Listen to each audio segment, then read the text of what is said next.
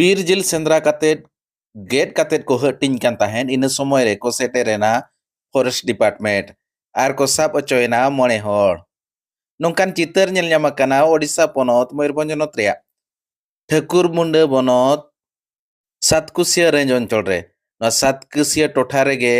बीर खन बीर जिल गज अगु कातेद जिल को हटिंग कान ताहेन मिद सिली गज अगु कातेद जिल को हटिंग कान ताहेन आर ओना हटिंग बेड़ा रेगे सातकुसिया फॉरेस्ट डिपार्टमेंट उनको सिकारी ठेन सेटर लेनाय आर उनको को साब अचो लेना उनको साब अचो भितर रे मणे हर को ताहें कना जहां दो सातकुसिया सुर द्वारसुणी अतुरिन को मेनते बाड़ाया कना आर जिल साव सावते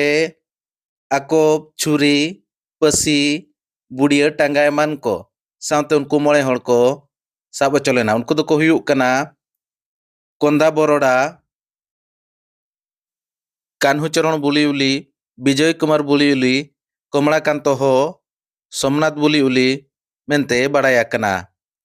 आर नोआ इदी कातेद सातकुसिया फॉरेस्ट रेंज रे केस नंबर 12 हिसाबते उनको मणे हर जेते कोर्ट ते को चालाना कना